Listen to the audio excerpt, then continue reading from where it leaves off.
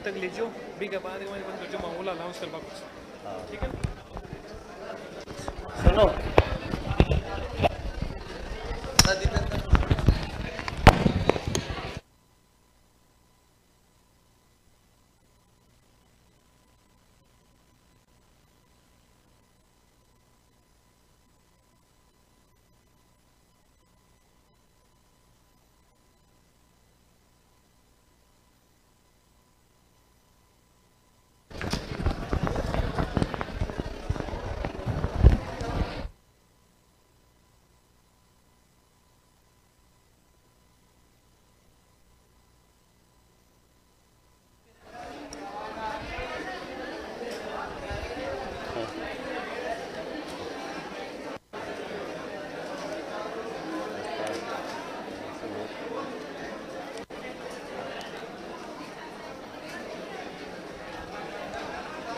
कहां तक करा दिया था?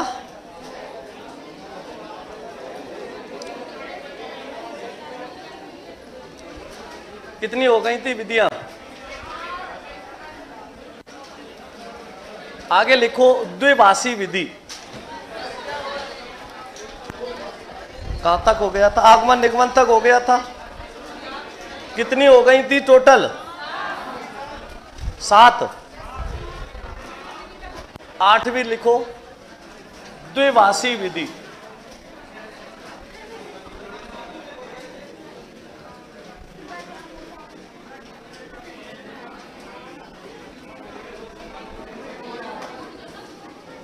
अरे बात मत करो, क्या होती है द्विभाषी विधि? लिखो एक बार, पहले समझना इसको, बाद में लिखना। द्विभाषी जो विधि होती है ये किसके काम आती है? एक भाषा से दूसरी भाषा को सीखने में। जब विश्व युद्ध हुआ था तो भारतीय जो सैनिक थे वो कहां गए? विदेश गए। किसके लिए? युद्ध लड़ने के लिए, विदेशियों के साथ। हमारे देश की सेना मित्र देशों के साथ युद्ध लड़ने के लिए, मतलब उनके साथ रहने के लिए युद्ध में जाती रहती है। और जाती रहती है तो जब भारतीय सैनिक कहां गए? विदेश गए। और जब वो विदेश गए तो उनको जो सबसे ज्यादा समस्या आई वो किस में आई? भाषा में। भाषा में समस्या क्यों आई? अब मान लो लड़ाई हो रही है किसी से, और भारतीय सैनिक अगर विदेशी सेना के साथ मिलकर लड़ रहे हैं तो विदेशी सेना को जो कुछ भी वो बोलते उनको समझ नहीं आता, और ज्यादा समय तक समझाने पे वो नहीं समझते तो मित्र देश के सैनिकों को ही ठोक देते। कितनी देर से मैं समझा रहा हूं, तेरी समझ में ही नहीं आ रहा। इस वजह से एक भाषा के माध्यम से जब दूसरी भाषा सीखनी हो उसके लिए किस विधि का प्रयोग किया जाता है? द्विभाषी विधि का प्रयोग किया जाता है, ठीक है ना। तो इसका क्या है, ध्यान रखना। द्विभाषी विधि का जो मुख्य रूप से प्रयोग होने लगा वो किससे होने लगा? विश्व युद्ध के समय से। क्योंकि एक देश की भाषा को दूसरे देश वाले नहीं समझ पाते, जिससे जब तक आपस में भाषा को नहीं समझेंगे, विचार विमर्श अगर प्रॉपर नहीं होगा तो कुछ भी पता नहीं चलेगा, और फिर क्या हो जाएगा? पूरा काम खराब हो जाता है। तो लिखो इसका।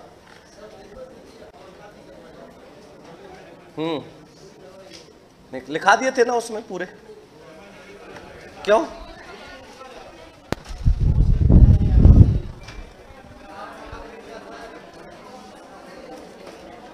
लिखा तो दिए थे। आगमन विधि, निगमन विधि, ठीक है ना। यह नियम से उदाहरण की ओर, अमूर्त से मूर्त की ओर, सूक्ष्म से स्थूल, ये लिखा दिए थे।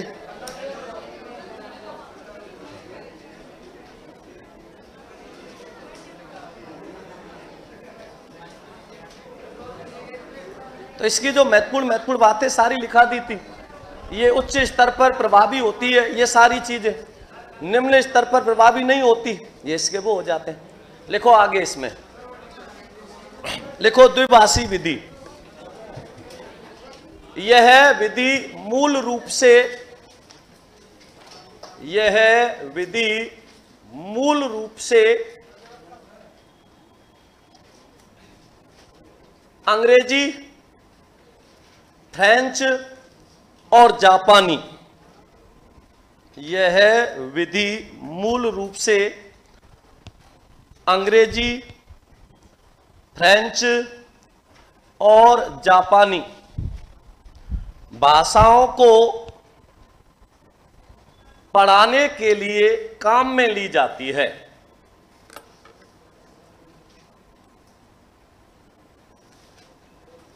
यह विधि मूल रूप से अंग्रेजी, फ्रेंच और जापानी भाषाओं को पढ़ाने के लिए काम में ली जाती है। लिख दिया। इस विधि के प्रवर्तक,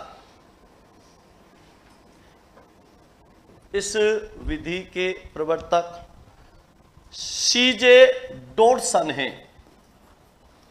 इस विधि के प्रवर्तक सीजे डॉडसन हैं। ये कहां के निवासी थे? वेल्स।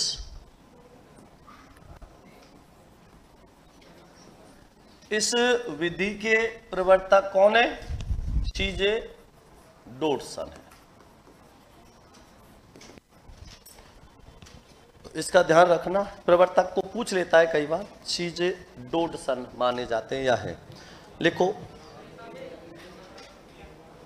कहां के थे ये? वेल्स के निवासी थे।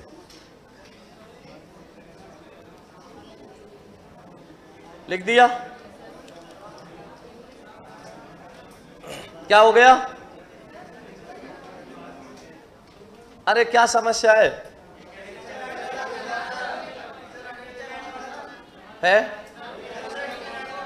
जिनको समस्या है वो बता देना, ठीक है ना? जिनको नहीं है, मैं तो कल बोल के गया था, लेकिन वहां पे एप्लीकेशन भेजिए कि हमें सहदेव सर से ही पढ़ना है, ठीक है? जिनको समस्या है वो लिख के मुझे एप्लीकेशन दे दो, मैं खुद वहां दे के मना कर दूंगा, ठीक है? लिखो आगे। लिखो, इस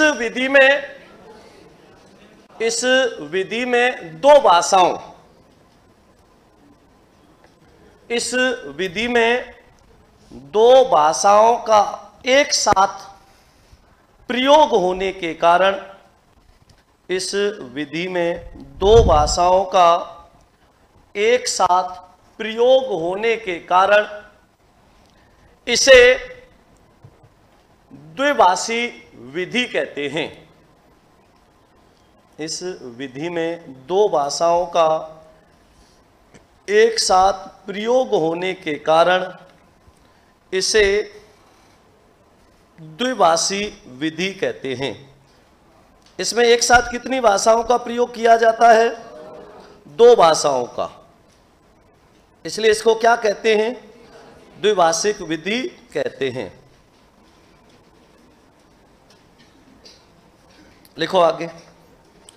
इस विधि के माध्यम से, इस विधि के माध्यम से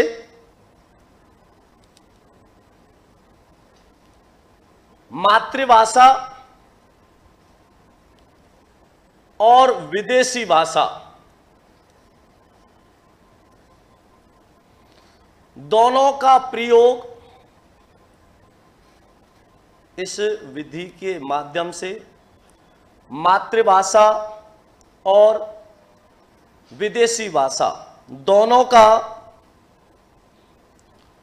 एक साथ प्रयोग करके विदेशी भाषा को सिखाया जाता है।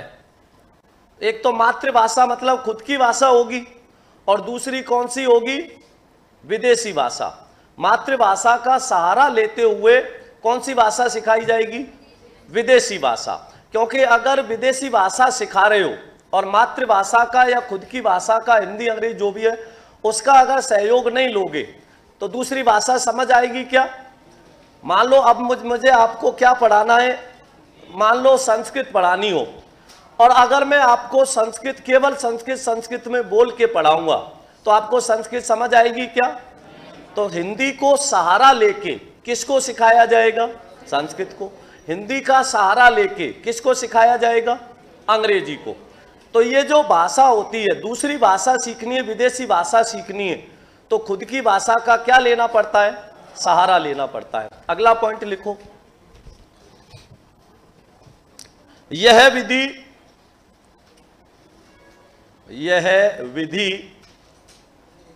व्याकरण अनुवाद विधि, यह विधि व्याकरण अनुवाद विधि तथा प्रत्यक्ष विधि, यह विधि व्याकरण अनुवाद विधि तथा प्रत्यक्ष विधि दोनों को जोड़ने का कार्य करती है। इंपॉर्टेंट कर देना इस बात को, दोनों को जोड़ने का कार्य करती है। तो ऐसे पेपर में पूछा गया है ये प्रश्न, निम्नलिखित में से कौन सी विधि है जो व्याकरण अनुवाद विधि और प्रत्यक्ष विधि दोनों को आपस में जोड़ने का काम करती है? तो कौन सी है? द्विभाषी विधि होती है। आगे लिखो अगला पॉइंट,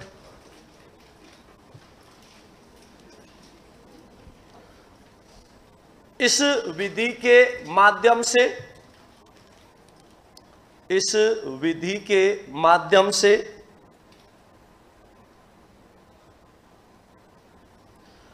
अल्प समय के लिए, अल्प समय के लिए छात्रों को,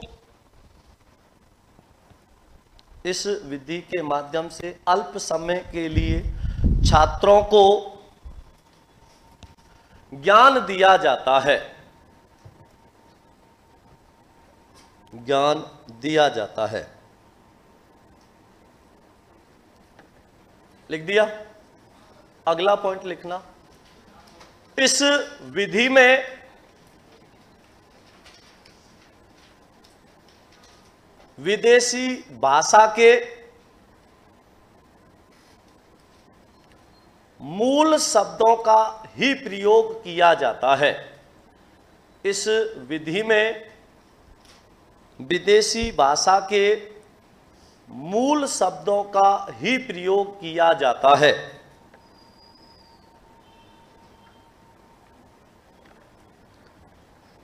जबकि ज्यादातर शब्द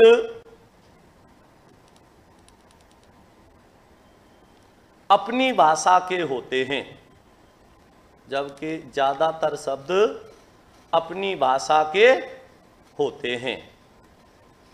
लिख दिया? और लिखो इसमें एक पॉइंट और,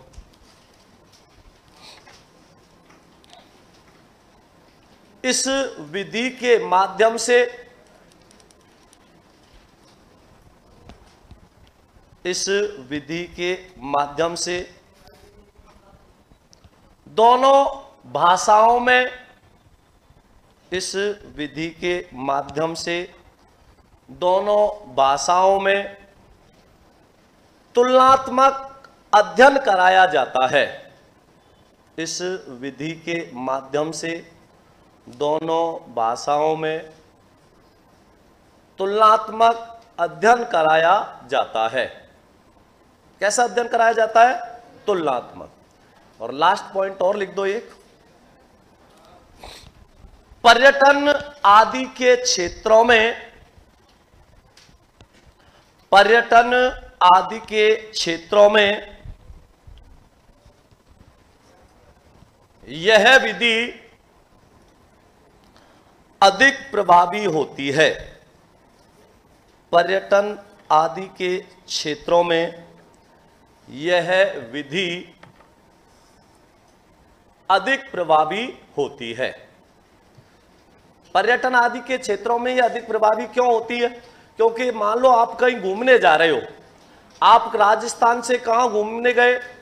बिहार में गए, उत्तराखंड में गए, कहीं भी घूमने गए। अगर आप द्विभाषी विधि को प्रयोग में लोगे, द्विभाषी विधि के माध्यम से आप दूसरी भाषा को भी क्या कर पाओगे? सीख पाओगे। मैं आपको मेन पॉइंट लिखवा रहा हूं, जिससे भी पढ़ो कोई बात नहीं, ठीक है ना। लेकिन जो मैं आपको लिखवा रहा हूं पूरी पढ़ने के बाद एक बार इनको बड़े अच्छे से पढ़ लेना, क्योंकि जो मैं आपको ये पॉइंट लिखा रहा हूं ना बहुत ही ज्यादा, मैं फिर कह रहा हूं महत्वपूर्ण और उपयोगी पॉइंट है। एक एक लाइन को अच्छे से पढ़ लेना, ठीक है ना। इतना समय नहीं, बहुत ज्यादा विस्तार से समझाऊं 2 महीने में भी नहीं हो शिक्षण विधि, इसलिए मैं केवल पॉइंट पॉइंट लिखा रहा हूं, ठीक है ना। बाकी आराम से एक बार इनको पढ़ जरूर लेना। आगे लिखो दूरस्थ शिक्षण, लिखो दूरस्थ शिक्षण विधि, लिख लो अब आराम से। अगली विधि कौन सी है? दूरस्थ शिक्षण विधि। मैं केवल आज पॉइंट पॉइंट लिखा जा रहा हूं आपको, इनको अच्छे से एक बार पढ़ने के बाद शिक्षण विधियां पूरी पढ़ लेना। दूरस्थ शिक्षण विधि, अरे बात मत करो, दूरस्थ शिक्षण विधि। इसके गुण और दोष कुछ नहीं है, इसके द्विभाषी विधि के क्या गुण दोष होंगे? इसके गुण यही है, बस इसके माध्यम से हम दूसरी भाषा को क्या कर पाते हैं, सीख पाते हैं। दोष क्या होंगे? दूसरी भाषा पे दोष तब होते जब ये किसी चीज में प्रभावी नहीं होती, तो इसलिए दोष इससे है ही नहीं।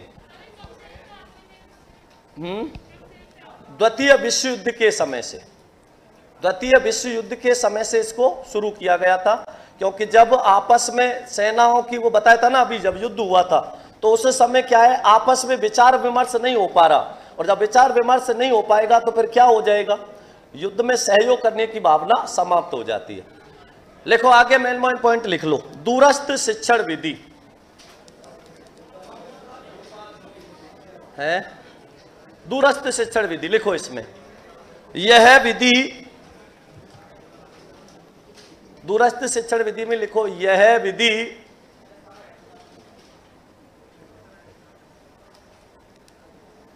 लिखो, यह विधि भाषा वैज्ञानिक विधि, दूरस्थ शिक्षण में लिखना, यह विधि भाषा वैज्ञानिक विधि, सेना विधि, आर्मी मेथड विधि,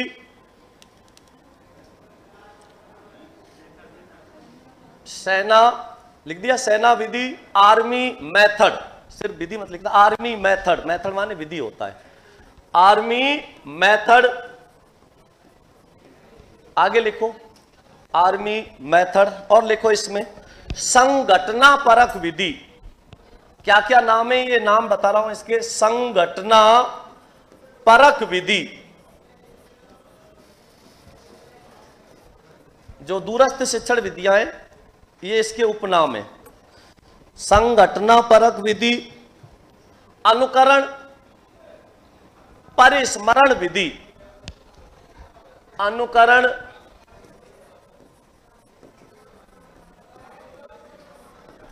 परिस्मरण विधि, अनुकरण परिस्मरण विधि के नाम से भी जानी जाती है।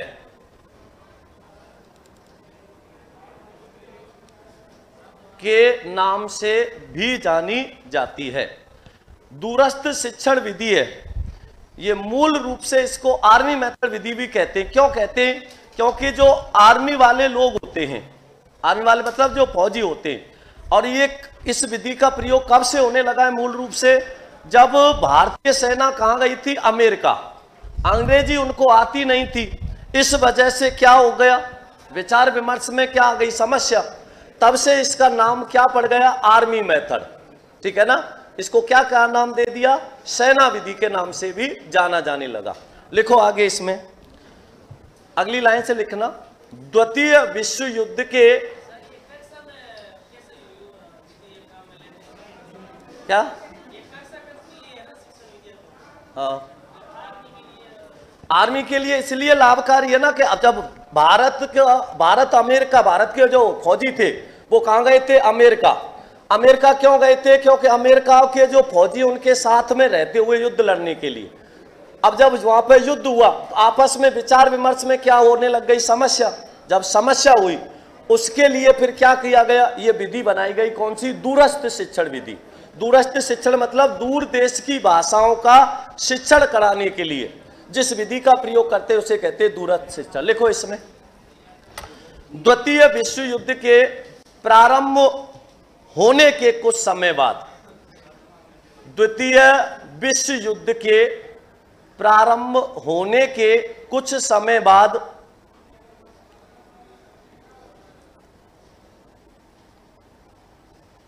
द्वितीय विश्व युद्ध के प्रारंभ होने के कुछ समय बाद अमेरिकी सेना ने भी उसमें भाग लिया।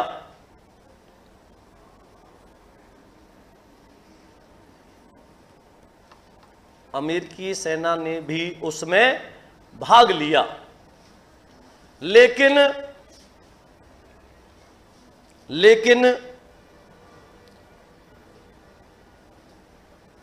आधुनिक भाषा का ज्ञान न होने के कारण, लेकिन आधुनिक भाषा का ज्ञान न होने के कारण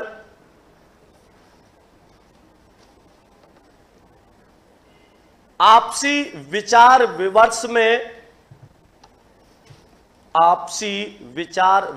में कठिनाई महसूस हुई। आपसी विचार विमर्श में कठिनाई महसूस हुई। इसलिए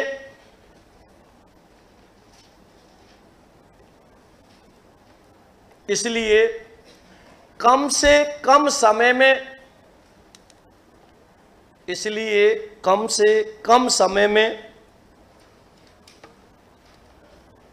काम चलाऊ ज्ञान हेतु, इसलिए कम से कम समय में काम चलाऊ ज्ञान हेतु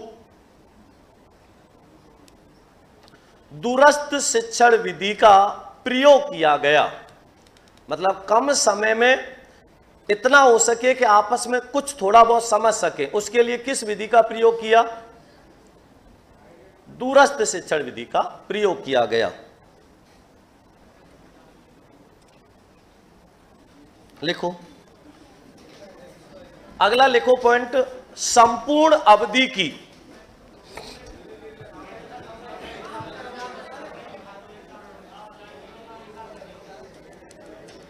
स्पीड ज्यादा लग रही है, लिखो आराम से।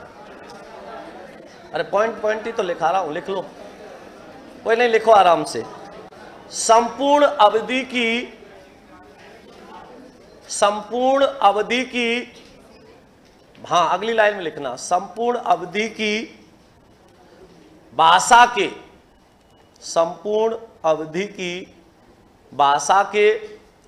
श्रवण और उच्चारण, संपूर्ण अवधि की भाषा के श्रवण और उच्चारण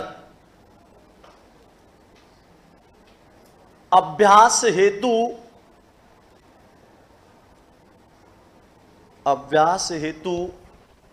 वातावरण को काम चलाऊ बना दिया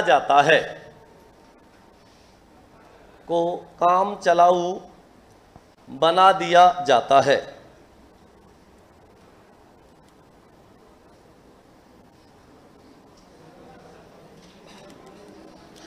अध्यापन के, आगे लिखना अगली लाइन में, अध्यापन के दिशा निर्देशन में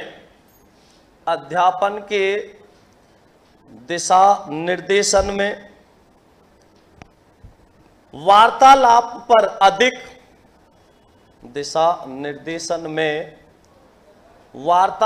पर अधिक तथा लेखन और वाचन पर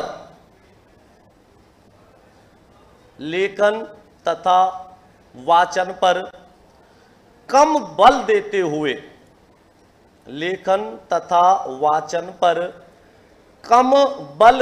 हुए,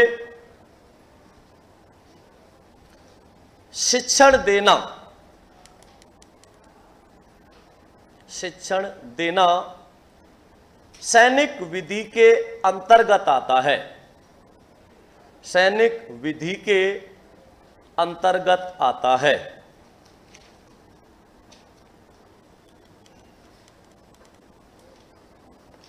लिख दिया, अगली लाइन में लिखना।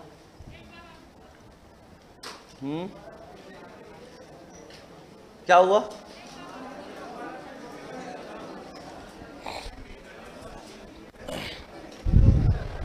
अध्यापन के दिशा निर्देशन में वार्तालाप पर अधिक तथा लेखन और वाचन पर कम बल देते हुए शिक्षण देना सैनिक विधि के अंतर्गत आता है। इसमें वार्तालाप पे जोर अधिक और लेखन कौशल पे और उस पे कम दिया जाता है। अगला पॉइंट लिखो, इस विधि में इंपॉर्टेंट करके लिखना इस पॉइंट को। इस विधि में, क्योंकि यहां से प्रश्न पूछा है पिछली बार, इस विधि में सैद्धांतिक ज्ञान के स्थान पर, इस विधि में सैद्धांतिक ज्ञान के स्थान पर भाषाई कौशलों, भाषाई कौशलों, सुनना, बोलना, पढ़ना और लिखना का अभ्यास करवाया जाता है,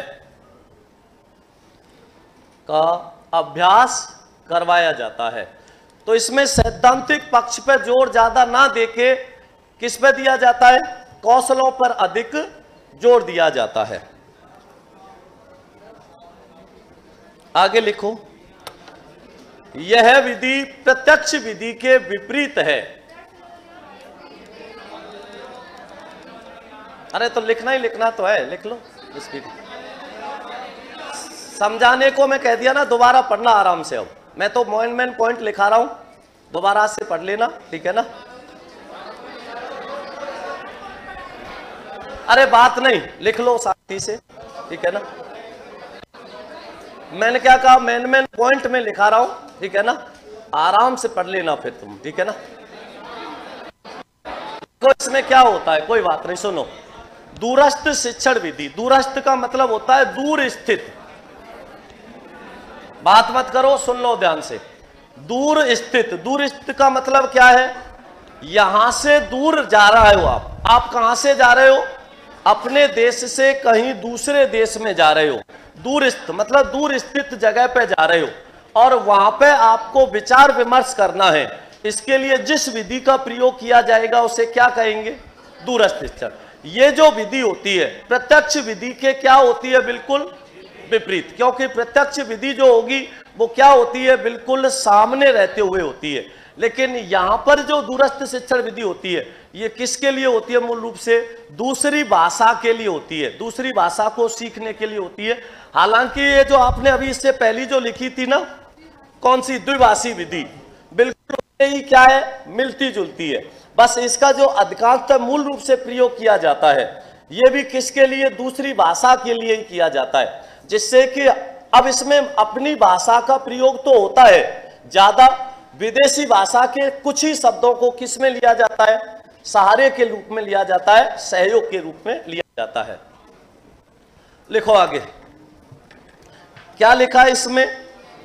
यह विधि प्रत्यक्ष विधि के विपरीत होती है।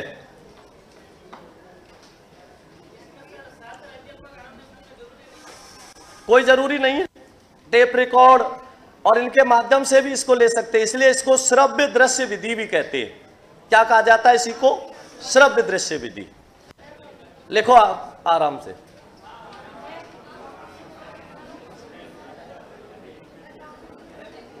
पॉइंट लिख लो, बस लिखो। इसमें क्या लिखा था? यह विधि प्रत्यक्ष विधि के विपरीत होती है। इसलिए इसी में आगे लिखो, विपरीत है के बाद, इसलिए प्रत्यक्ष विधि के दोषों को दूर करने के लिए इसलिए प्रत्यक्ष विधि के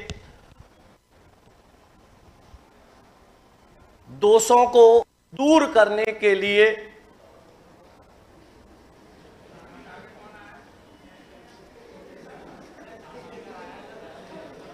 प्रत्यक्ष विधि के दोषों को दूर करने के लिए किसका? दूरस्थ शिक्षण विधि का प्रयोग किया गया।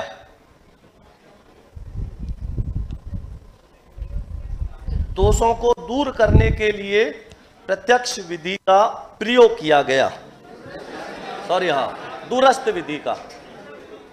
प्रत्यक्ष विधि के दोषों को दूर करने के लिए प्रत्यक्ष विधि के दोष दूर करते हैं इससे किसका? दूरस्थ शिक्षण विधि का प्रयोग किया गया। आगे लिखो ध्वन्यात्मक विधि।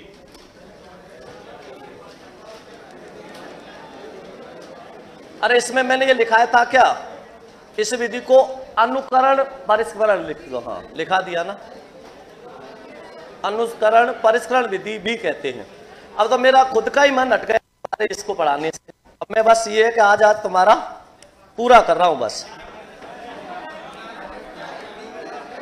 क्योंकि मैं कल पहले ही मना कर दिया था। अब जबरदस्ती से तुमने वहां पहुंचे, वो दिया एप्लीकेशन, तब मैं आया नहीं, मैं तुम्हें मना ही कर गया था कल। तो आज और जेल लो, ठीक है ना? लिखो आगे ध्वन्यात्मक विधि। आगे लिखो ध्वन्यात्मक विधि। कोई बात नहीं, लिख लो आगे।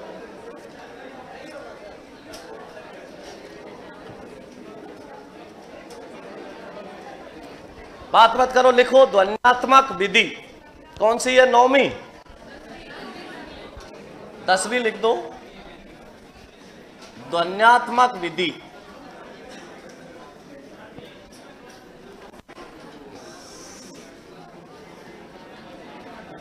और ध्वन्यात्मक विधि में लिखो, मेन पॉइंट लिख लो। कल सोमवार से किसी और से पढ़वा दूंगा तुम्हें, ठीक है? लिखो इसमें, क्योंकि मेरा अब तो खुद का ही मन हट गया तुम्हें पढ़ाने से। लिखो इसमें शब्द,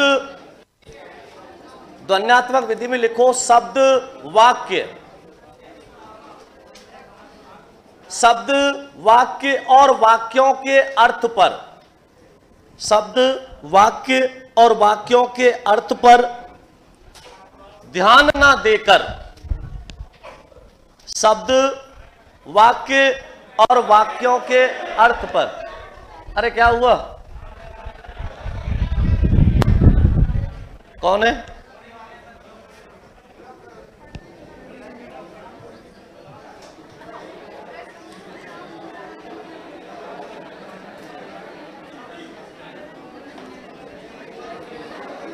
अरे लिखो तुम, कोई बात नहीं। शब्द वाक्य और वाक्यों के अर्थ पर ध्यान न देकर, शब्द वाक्य और वाक्यों के अर्थ पर ध्यान न देकर ध्वनियों पर अधिक बल दिया जाता है। शब्द वाक्य और वाक्यों के अर्थ पर ध्यान न देकर ध्वनियों पर अधिक बल दिया जाता है। इसलिए इस विधि को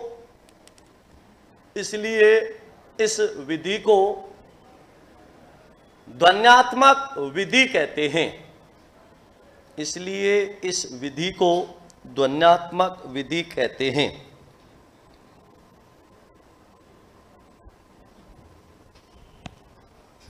लिख दिया, ध्वन्यात्मक विधि कहते हैं। आगे लिखो, यह विधि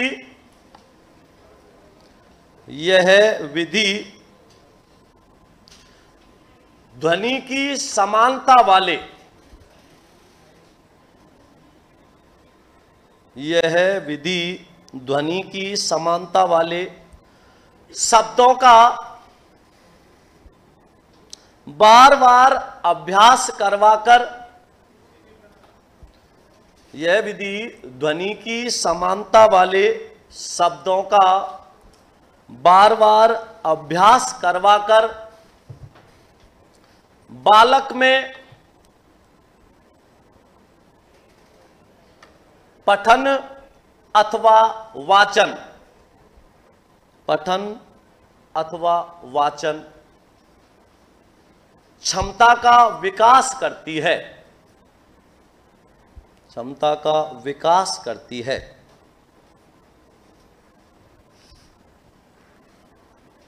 इस विधि में पहले वर्ण से शब्द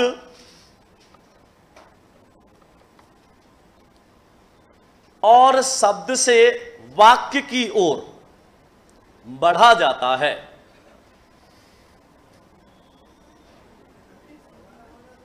इस विधि में वर्ण से शब्द और शब्द से वाक्य की ओर बढ़ा जाता है।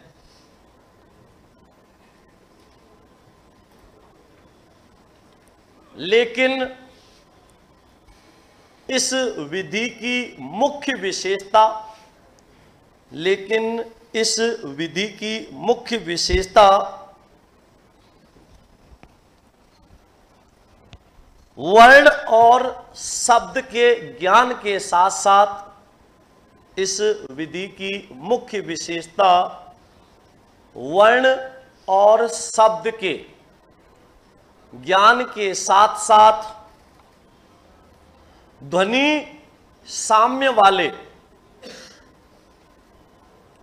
ध्वनि साम्य वाले शब्दों का भी ज्ञान कराना होता है। ध्वनि साम्य वाले शब्दों का ज्ञान कराना भी होता है। जैसे ध्वनि साम्य वाले शब्दों का ज्ञान कराना भी होता है। जैसे कल, चल, खल, लिख लो इनको एक साथ। जैसे कल अल्पविराम लगा के, जैसे कल, चल, खल, लिख दो इनको। बल, नल, हल, ये क्या है? ध्वनि साम्य वाले। कल, चल, हल, हल, नल इत्यादि। और लिख दो इसमें, जैसे लिख दिया इनको। जैसे खाना, आना, जाना। समझा ही नहीं रहा, समझ कहां से आएगा? लिखा रहा हूं ना मैं, बस लिख लो। जैसे खाना, आना, जाना। तो ये कैसे शब्द समान ध्वनि वाले हैं? ध्वन्यार्थक शब्द जो कैसे ध्वनि जिनकी समान होती है। तो वर्ण से शब्द और समान ध्वनि वाले शब्दों को क्या किया जाता है? समझाया जाता है। और लिखो इसमें आगे। अरे बात मत करो, लिख लो इस। यह विधि प्रारंभिक स्तर पर ही प्रभावी होती है। यह विधि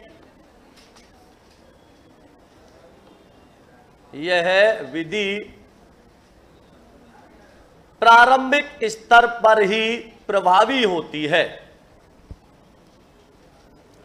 यह विधि प्रारंभिक स्तर पर ही प्रभावी होती है।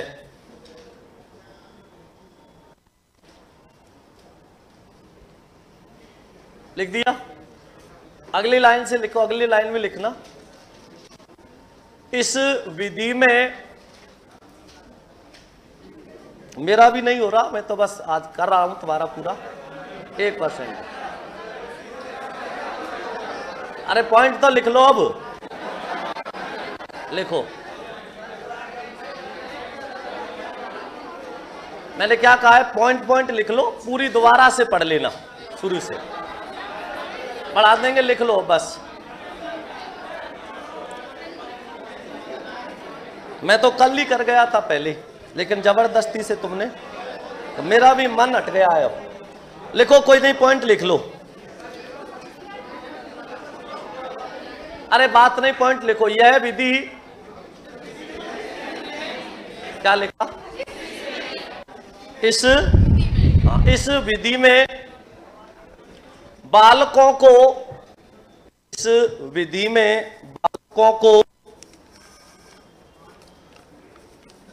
उनके अनुभव से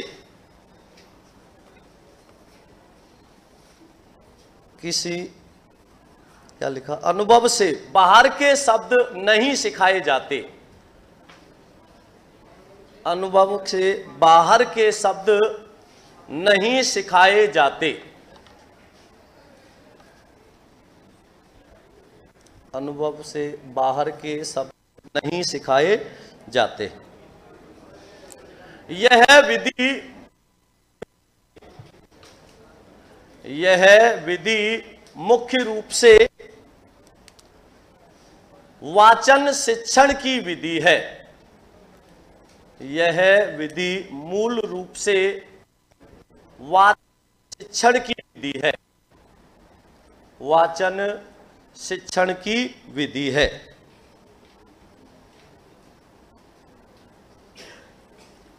लिख दिया। इस विधि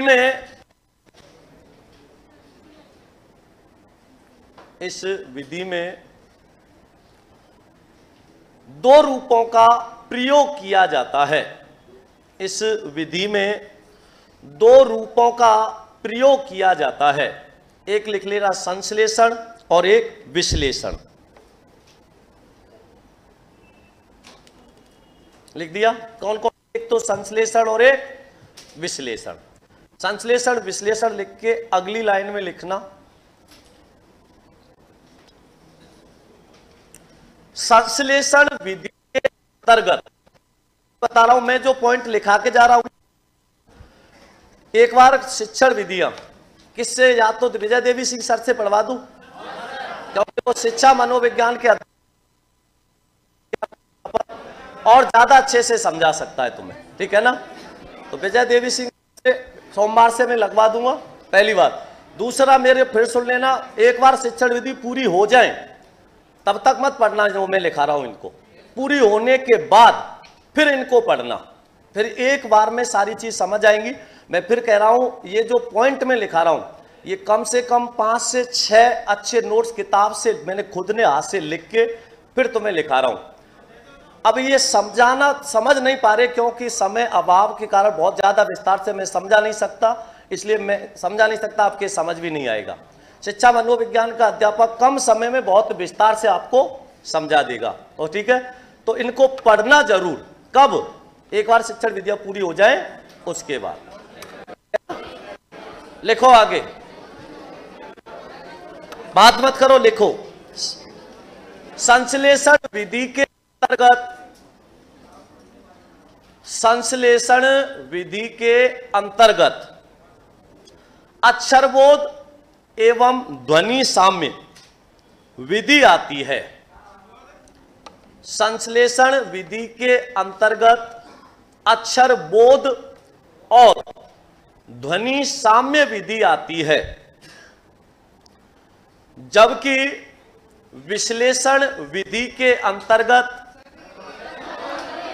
अरे इतना तो सरल बोला है, संश्लेषण विधि के अंतर्गत अक्षर बोध और ध्वनि साम्य विधि आती है। आवाज सही करो, कैसे हो रही है? कौन कौन सी? अक्षर बोध और ध्वनि साम्य विधि। एक मिनट रुको, अभी आवाज वो हो रही है। अक्षर बोध लिखो, कोई नहीं। अक्षर बोध एवं ध्वनि साम्य विधि आती है, जबकि विश्लेषण विधि के अंतर्गत,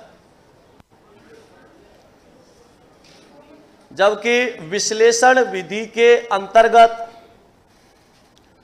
अनुकरण, भाषा शिक्षण यंत्र विधि एवं, क्या लिखा?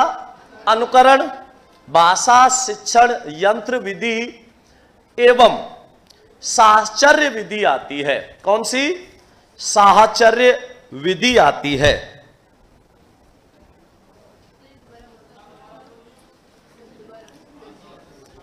देखो, संश्लेषण के अंतर्गत क्या आएगा? अक्षर बोध और ध्वनि साम्य। और इसके अंतर्गत विश्लेषण के अंतर्गत क्या आएगा? अनुकरण। लिख दिया, लिख दो अनुकरण, भाषा शिक्षण यंत्र विधि एवं साहचर्य विधि आती है। लिख दिया यहां तक। अगली लाइन लिखना, इंपॉर्टेंट करके लिखना। अरे अगली लाइन लिखना जिसमें 3 बातें एक साथ लिखा रहा हूं, ध्यान से सुनना। व्याकरण शिक्षण के लिए, इंपॉर्टेंट करके लिखना, व्याकरण शिक्षण के लिए आगमन विधि, रचना शिक्षण के लिए सुनो पढ़ो और कहो विधि। दोबारा बोल रहा हूं, व्याकरण शिक्षण के लिए आगमन विधि, रचना शिक्षण के लिए सुनो पढ़ो और कहो विधि तथा वाचन के लिए। आज तुम्हारा भी मन नहीं लग रहा मुझे लिखने का अच्छे से, है ना? इतनी ज्यादा तो स्पीड नहीं है, 3-3 बार बोल रहा हूं, कोई बात नहीं। लिखो, व्याकरण शिक्षण के लिए आगमन विधि, रचना शिक्षण के लिए सुनो पढ़ो और कहो विधि तथा वाचन के लिए ध्वन्यात्मक विधि का प्रयोग किया जाता है। ध्वन्यात्मक विधि, दांतवत पाल लिख लेना शांति से। ध्वन्यात्मक विधि का प्रयोग किया जाता है। लिख दिया? मतलब कितनी सरल भाषा में बोली है तीनों विधियों का। सबसे पहला क्या बोला?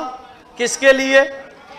व्याकरण शिक्षण के लिए आगमन विधि, सुनो पढ़ो और कहो के लिए रचना विधि, और वाचन के लिए ध्वन्यात्मक विधि का प्रयोग किया जाता है।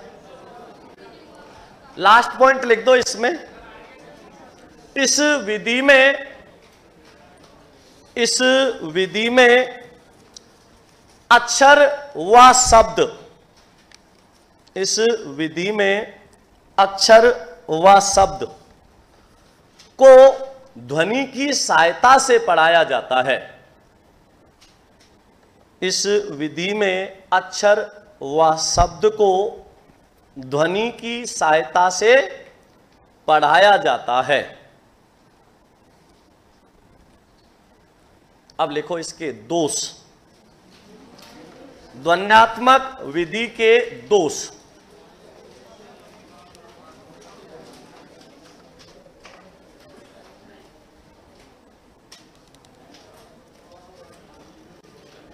लिखो दोष में सबसे पहला पॉइंट लिखो दोष, और दोष में लिखो बालक घर में रहते हुए, बालक घर में रहते हुए कर्म के स्थान पर कर्म, रह पूरा लिखना, एक में रह अधूरा। बालक घर में रहते हुए कर्म के स्थान पर कर्म, कर्म। अच्छा ये भी लिख के बताऊं? क्या गल्ले करोगे तुम रीट में? ये भी लिख के बताऊं तो कर्म के स्थान पर कर्म, धर्म के स्थान पर धर्म। लिखो धर्म के स्थान पर धर्म और चर्म के स्थान पर चरम।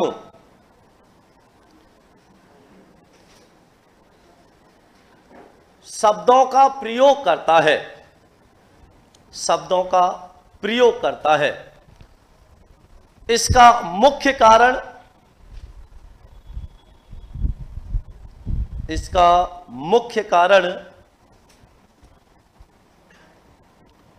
ध्वनि की साम्यता न होना है।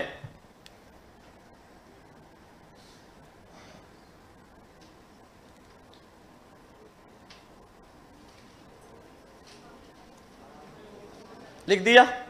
तो पहला क्या है? ध्वनि की साम्यता, ठीक है ना। दूसरा दोष लिखो, जैसे क्या होता है आप बोल रहे हो चर्म और लिख रहा है चरम, तो ध्वनि की क्या नहीं हो पाती? साम्यता। इस वजह से क्या आ जाता है? दोष। दूसरा लिखो दूसरा लिखो इसमें, इस विधि के द्वारा, इस विधि के द्वारा उन शब्दों के विषय में, इस विधि के द्वारा उन शब्दों के विषय में भी कठिनाई आती है, उन शब्दों के विषय में भी कठिनाई आती है जो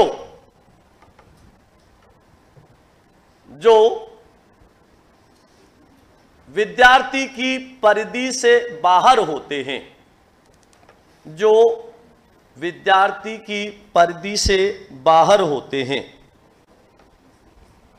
जो विद्यार्थी की परिधि से बाहर होते हैं। जैसे टट्टू निखट्टू, जैसे टट्टू निखट्टू, जैसे टट्टू निखट्टू, लिख दिया टट्टू निखट्टू। अगर इसकी जगह कहा जाता लट्टू तो विद्यार्थी समझ जाता, क्योंकि लट्टू शब्द का व्यवहार में हम क्या करते हैं, प्रयोग करते हैं। लेकिन टट्टू और निखट्टू शब्द का प्रयोग करना विद्यार्थी के लिए क्या हो जाता है, कठिन हो जाता है। तो ये ध्वनि साम्यता में तो समान है, लेकिन वो इसकी परिधि से बाहर होते हैं। ठीक है ना, लिखो आगे।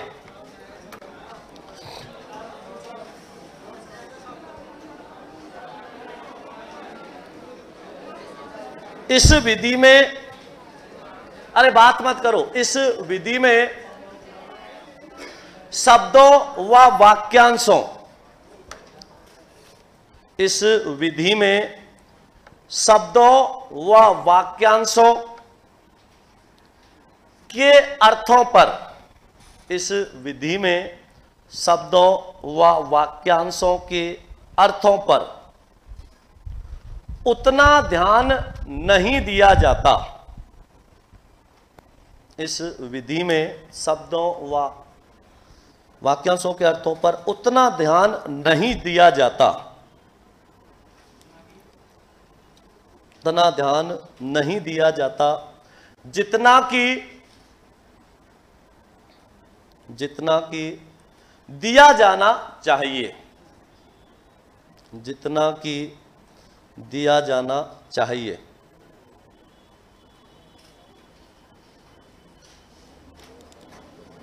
लिख दिया। एक लास्ट दोष और लिखो इसमें, इस विधि में ध्वनि, इस विधि में ध्वनि शब्द पदबंध, ध्वनि शब्द पदबंध, वार्तालाप, कहानी इत्यादि को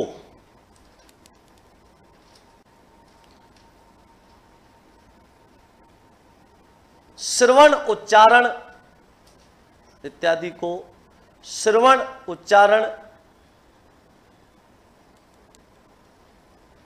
के द्वारा परिपक्व करवाया जाता है, के द्वारा परिपक्व करवाया जाता है।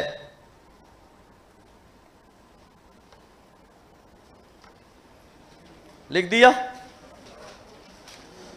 आगे लिखो इसके बाद वाचन विधि, लास्ट विधि और लिख दो, वाचन विधि।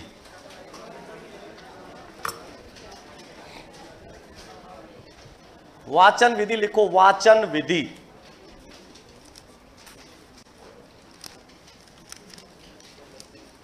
वाचन विधि में लिखो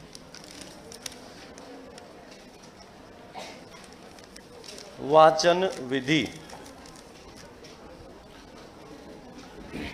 अगली विधि कौन सी है, वाचन विधि।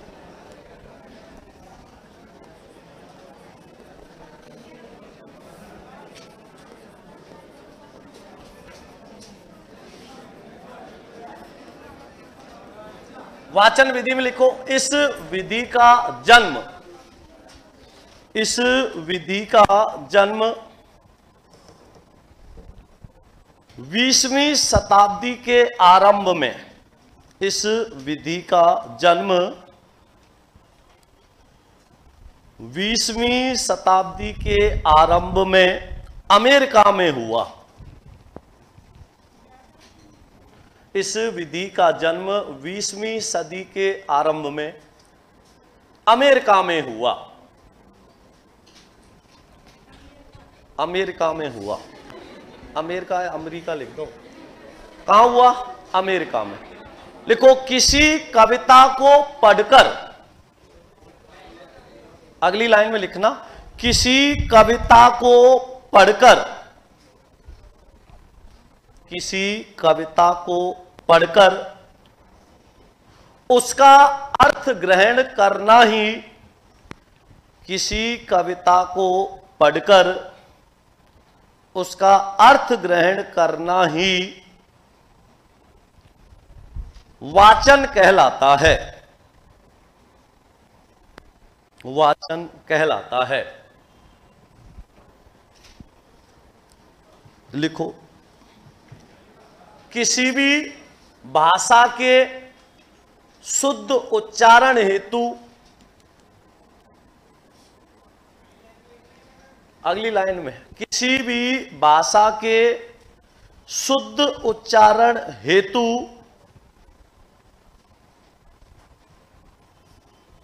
उसका वाचन भी शुद्ध होना चाहिए।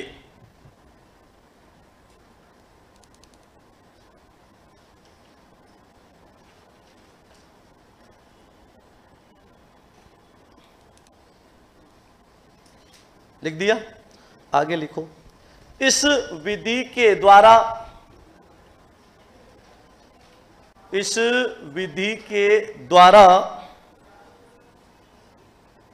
भाषा के, इस विधि के द्वारा भाषा के वाचन पर विशेषतः बल दिया जाता है।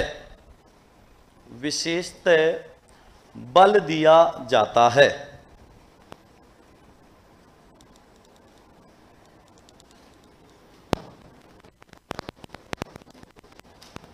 लिख दो, वाचन के दो भेद होते हैं। लिखो इसमें, वाचन के दो भेद होते हैं। तो वाचन के दो भेद तो आप जानते होंगे, एक तो होता है सस्वर वाचन और एक मौन वाचन। वाचन कितने प्रकार के होते हैं? दो। एक तो सस्वर जो बोल बोल के, और एक कौन सा होता है? मौन वाचन। सबसे ज्यादा प्रभावी कौन सा होता है? मौन वाचन। कुछ विद्यार्थी बोल बोल के पढ़ते हैं और कुछ को मन ही मन पढ़ने की आदत होती है। मौन वाचन जो होता है वो अधिक प्रभावी, कम एनर्जी खर्च करवाता है, जबकि सस्वर वाचन से थकान भी जल्दी हो जाती है और क्या होता है? स्थायी याद भी नहीं रह पाता है। तो लिखो इसमें सबसे पहला सस्वर वाचन।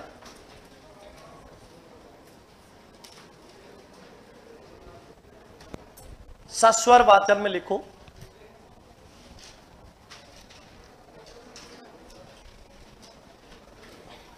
सस्वर वाचन। लिखो सस्वर वाचन में स्वर सहित, स्वर सहित या बोलते हुए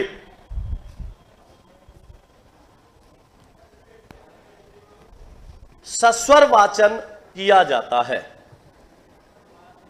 स्वर सहित वाचन या बोलते हुए सस्वर वाचन किया जाता है। इसमें छात्र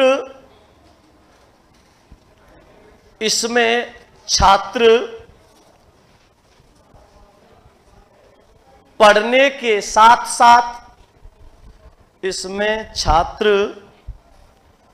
पढ़ने के साथ साथ बोलता भी जाता है।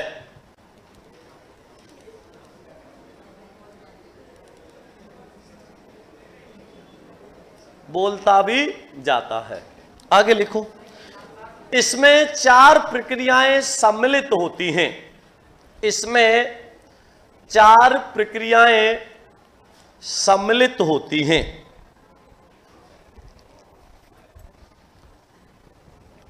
सबसे पहली लिपिबद्ध अक्षरों को देखना। सबसे पहली है लिपिबद्ध अक्षरों को देखना, उनको पहचानना। दूसरा क्या है? उनको पहचानना। तीसरा, शब्दों को उच्चारण करना। तीसरा है शब्दों का उच्चारण करना।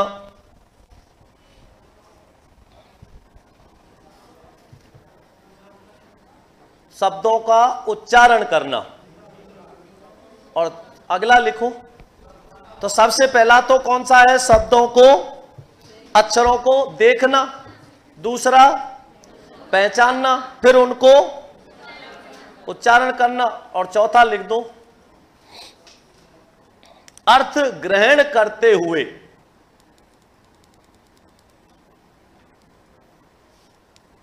अर्थ ग्रहण करते हुए उन्हें समझना। कितने हो गए? 4। अर्थ ग्रहण करते हुए उनको समझना। आगे लिखो, सस्वर वाचन के भेद। 4 हो गए ना ये? अब लिखो इसके सस्वर वाचन के भेद। 2 भेद होते हैं सस्वर वाचन के। सबसे पहला लिखो,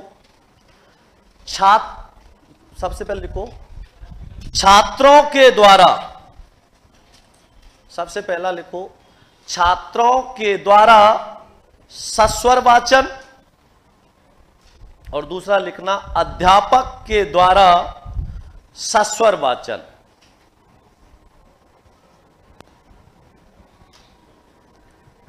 छात्रों के द्वारा जो सस्वर वाचन लिखा है उसके आगे कोष्टक में लिख देना अनुकरण वाचन। छात्रों के द्वारा सस्वर वाचन लिखा है, उसके आगे कोष्टक लिख देना अनुकरण वाचन। और अध्यापक के द्वारा सस्वर वाचन लिखा है, उसके लिए लिख देना आगे आदर्श वाचन। क्योंकि अध्यापक के द्वारा किया गया वाचन किस में आएगा? आदर्श वाचन में। और छात्रों के द्वारा किया गया वाचन अनुकरण वाचन में आएगा। आगे लिखो, अनुकरण वाचन के भी 2 भेद होते हैं। लिखो आगे, अनुकरण वाचन के 2 भेद होते हैं। वैयक्तिक वाचन और दूसरा लिख देना सामूहिक वाचन। किसको? इसके भी 2 भेद होते हैं। सस्वर वाचन, अनुकरण वाचन जो होगा वो कौन करेगा? विद्यार्थी करेगा। और इसके भी कितने भेद होंगे? 2 भेद होंगे। एक तो कौन सा? आदर्श वाचन तो अध्यापक करेगा, विद्यार्थी कैसा वाचन करेगा? अनुकरण वाचन करेगा। अनुकरण जो वाचन होता है वो किसके द्वारा? विद्यार्थी के द्वारा। इसके भी 2 भेद होंगे, एक तो अकेला करेगा या फिर किसी समूह के साथ करेगा। तो एक तो लिख दो वैयक्तिक। कैसा? वैयक्तिक अनुकरण वाचन। वैयक्तिक अनुकरण वाचन। और दूसरा कौन सा होगा? सामूहिक अनुकरण वाचन। तो या तो विद्यार्थी अकेला करेगा या फिर किसी समूह के साथ क्या करेगा? अनुकरण वाचन करेगा। तो जैसे आप अकेले पढ़ रहे हो या फिर किसी समूह के साथ पढ़ रहे हो। लिखो, लिख दो इसमें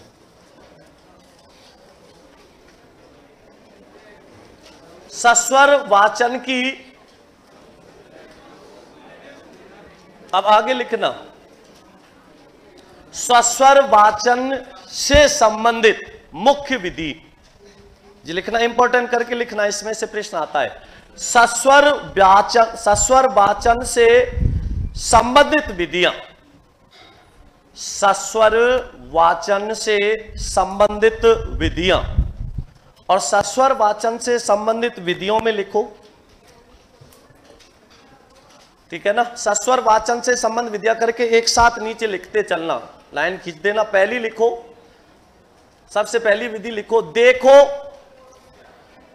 और कहो विधि। सबसे पहली लिखो, देखो और कहो विधि। दूसरी लिखो, देखो और कहो के बाद अक्षर बोध विधि। देखो और कहो विधि, दूसरी लिखो अक्षर बोध विधि। तीसरी लिखो ध्वनि साम्य विधि।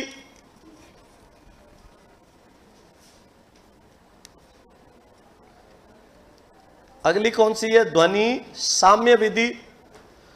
चौथी लिखो कहानी विधि। कहानी विधि। आगे लिखो भाषा शिक्षण यंत्र विधि।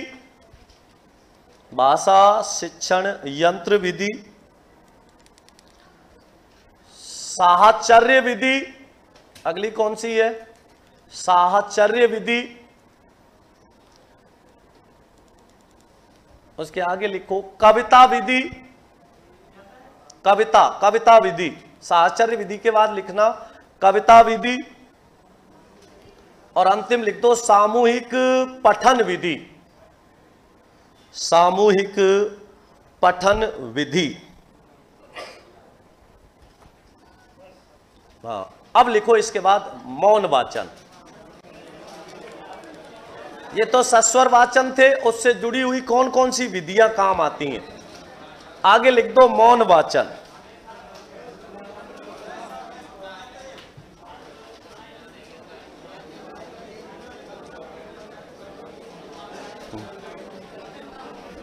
लिखो, अरे कोई हैरान ना भाई, लिखो मौन वाचन। और मौन वाचन में लिखो छात्र जैसे जैसे ऊंची कक्षाओं में पहुंचता है, छात्र जैसे जैसे ऊंची कक्षाओं में पहुंचता है, वैसे वैसे उसके लिए मौन वाचन, वैसे वैसे उसके लिए मौन वाचन प्रभावी होता है।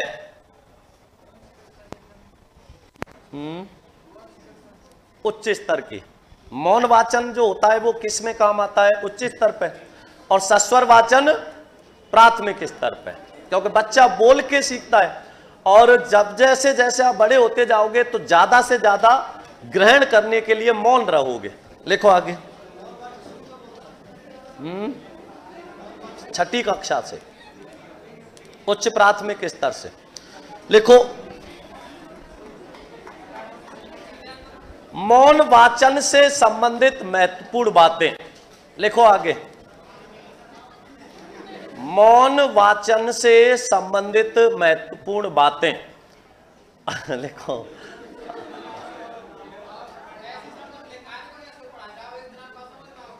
समझा ही नहीं रहा, मैं कह रहा हूं ना, तुम पढ़ाऊंगा अलग पढ़वाऊंगा, आज तो लिख लो बस। लिखो मौन वाचन से संबंधित महत्वपूर्ण बातें।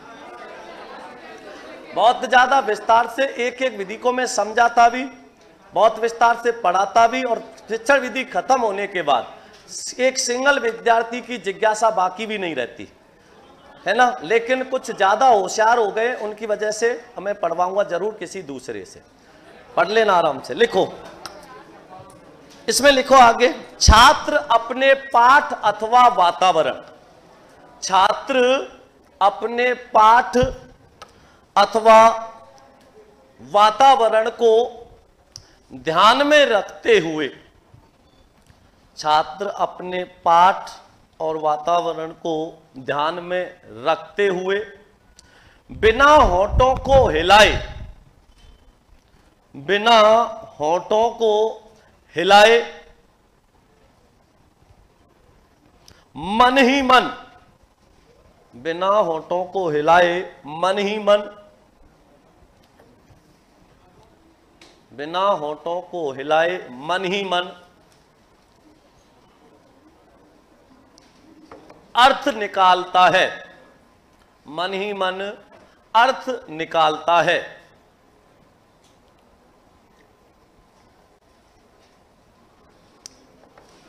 अगला लिखो पॉइंट अब इसमें,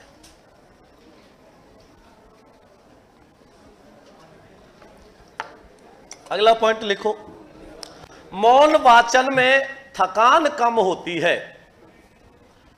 मौन वाचन में, क्योंकि होठ ही नहीं लाओगे, एनर्जी वेस्ट नहीं होगी तो थकान भी कम होगी। मौन वाचन में थकान कम होती है क्योंकि मौन वाचन में थकान कम होती है क्योंकि इसमें वाग यंत्रों का प्रयोग,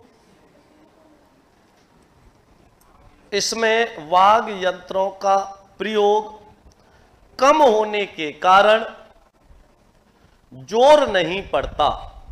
वाग यंत्रों का प्रयोग कम होने के कारण जोर नहीं पड़ता।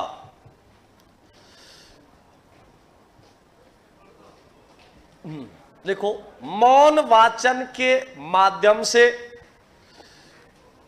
मौन वाचन के माध्यम से छात्र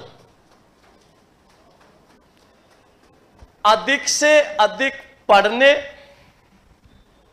मौन वाचन के माध्यम से छात्र अधिक से अधिक पढ़ने और उसे हृदयंगम करने का प्रयास करता है। अधिक से अधिक पढ़ने और उसे हृदयंगम करने का प्रयास करता है। हृदय मतलब होता है ग्रहण करना, उसको अधिक से अधिक अर्थ को ग्रहण करना, समझने का प्रयास करता है।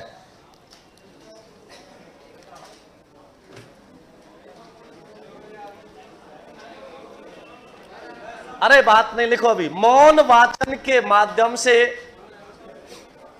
मौन वाचन के माध्यम से एक छात्र दूसरे छात्र को, मौन वाचन के माध्यम से एक छात्र दूसरे छात्र को जगह के लिखना, दूसरे छात्र के वाचन में बाधा नहीं डालता, बाधा नहीं डालता। लिख दिया, बाधा नहीं डालता। मौन वाचन के माध्यम से, अगली लाइन में बाधा नहीं डालता लिख दिया। मौन वाचन के माध्यम से, मौन वाचन के माध्यम से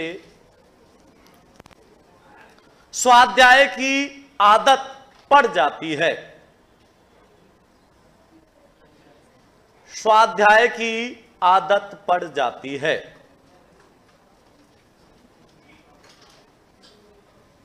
लिख दिया, आगे लिखो। मौन वाचन के समय, हां अगली लाइन में लिखना, मौन वाचन के समय, अरे बात मत करो, थोड़ा सा और लिख लो। मौन वाचन के समय छात्र चिंतन करते हुए, मौन वाचन के समय छात्र चिंतन करते हुए ज्ञान को स्थायी करता है। मौन वाचन के समय छात्र चिंतन करते हुए, मौन वाचन के समय छात्र चिंतन करते हुए ज्ञान को स्थायी करता है, ज्ञान को स्थायी करता है। लिख दिया? अरे लिखो, अभी समय है, 7 मिनट है, अभी लिखो।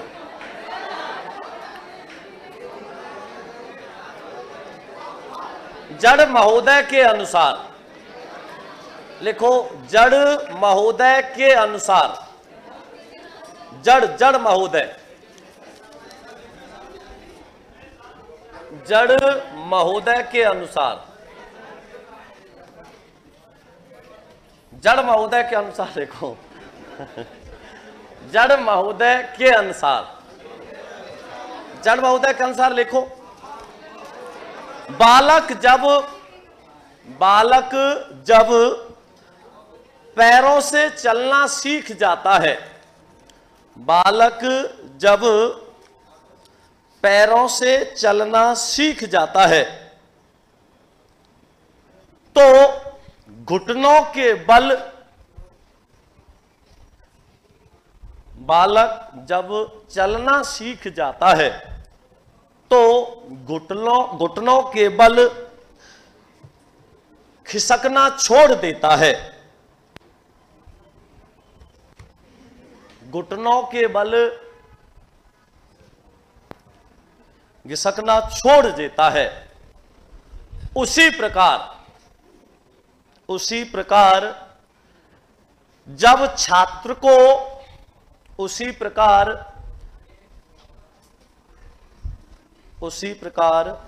जब छात्र को मौन वाचन का अभ्यास हो जाता है, मौन वाचन का अभ्यास हो जाता है तो वह सस्वर वाचन को छोड़ देता है, मौन वाचन का अभ्यास हो जाता है तो सस्वर वाचन को छोड़ देता है। लिख दिया? अरे बहुत नहीं, इसकी लिखो अभी विशेषताएं तो करने दो। दर्द क्या हो गया है? दर्द के आगे ही तो जीत है। देखो लास्ट लिखो, मौन वाचन की विशेषताएं, और विशेषताओं से प्रश्न आता है, इंपॉर्टेंट करना इसकी। मौन वाचन की विशेषताएं, मौन वाचन की विशेषताओं में लिखो, सबसे पहली विशेषता एकाग्र चित्तता। मौन वाचन की विशेषताएं, सबसे पहली लिखो एकाग्र चित्ता। एकाग्र चित्ता मौन वाचन की विशेषताओं में सबसे पहली कौन सी है? एकाग्र चित्तता। लिखो, सबसे पहली कौन सी है? एकाग्र चित्तता। दूसरी लिखो, बिना होंठ हिलाए। दूसरी विशेषता लिखो, बिना होंठ हिलाए, बिना होंठ हिलाए। लिख दिया? अथवा करके लिखना, बिना उच्चारण के अर्थ ग्रहण करना। बिना होंठ हिलाए अथवा बिना उच्चारण के अर्थ ग्रहण करना, अर्थ ग्रहण करना। तीसरा लिखो, पढ़ने और समझने की गति में तीव्रता। पढ़ने और समझने की गति में तीव्रता। लिख दिया? चौथा लिखो, विचार शक्ति का प्रयोग, अधिक प्रयोग लिखना। विचार शक्ति का अधिक प्रयोग, विचार शक्ति का अधिक प्रयोग। कितने हो गए? 4। पांचवा लिखो,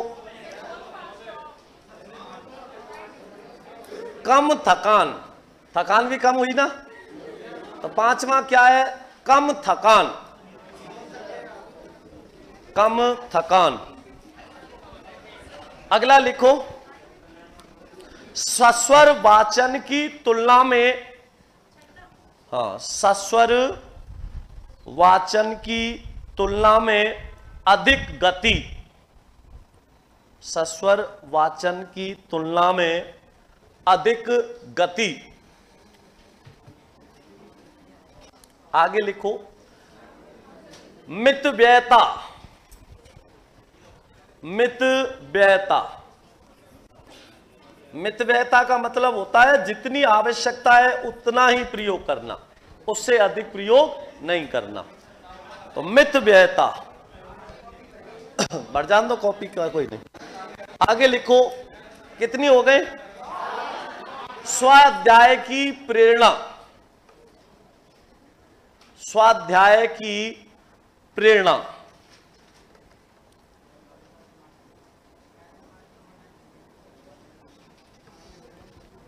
आगे लिखो, कितने हुए, 8। 9वां लिखो, सूक्ष्म व विस्तृत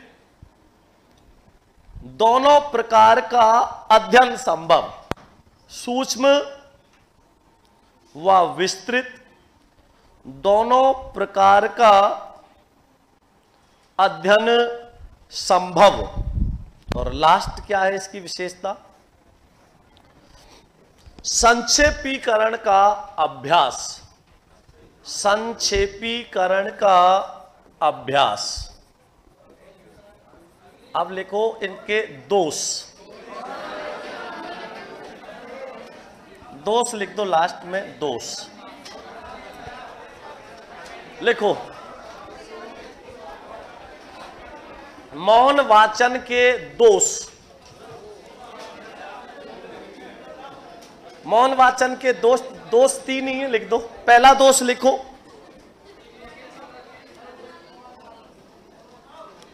सबसे पहला दोष लिखो, उच्चारण संबंधी, उच्चारण संबंधी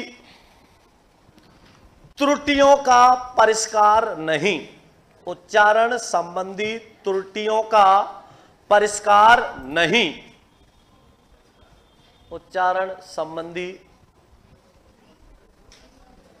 उच्चारण संबंधी त्रुटियों का परिष्कार नहीं। क्योंकि जब उच्चारण नहीं होगा, मौन वाचन होगा, तो उच्चारण की जो अशुद्धियां पता लगेगा क्या, नहीं लगेगा।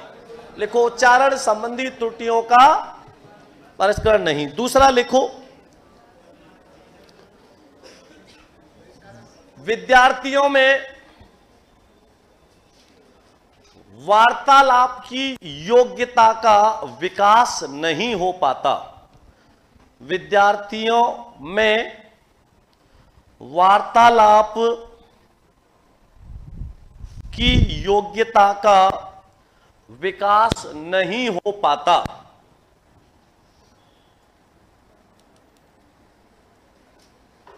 विकास नहीं हो पाता। लोग आगे लिखो, कैसे होगा, जब वो समूह में नहीं होंगे और अब वो अकेला अकेला मन ही मन पढ़ेगा, और अकेला मन ही मन पढ़ेगा तो दूसरे को उसकी पता लग पाएगा क्या, वार्तालाप से क्या है, एक दूसरे की अच्छाई बुराई कमियां सबका पता लग जाता है। तीसरा लिखो, व्यक्तिगत विभिन्नताओं के कारण, व्यक्तिगत विभिन्नताओं के कारण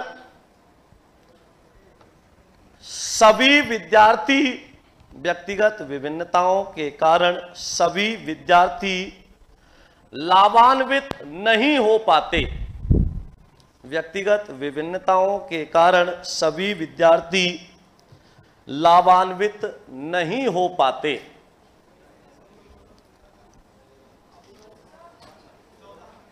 कितने हो गए, 3 हो गए, लास्ट लिख दूं।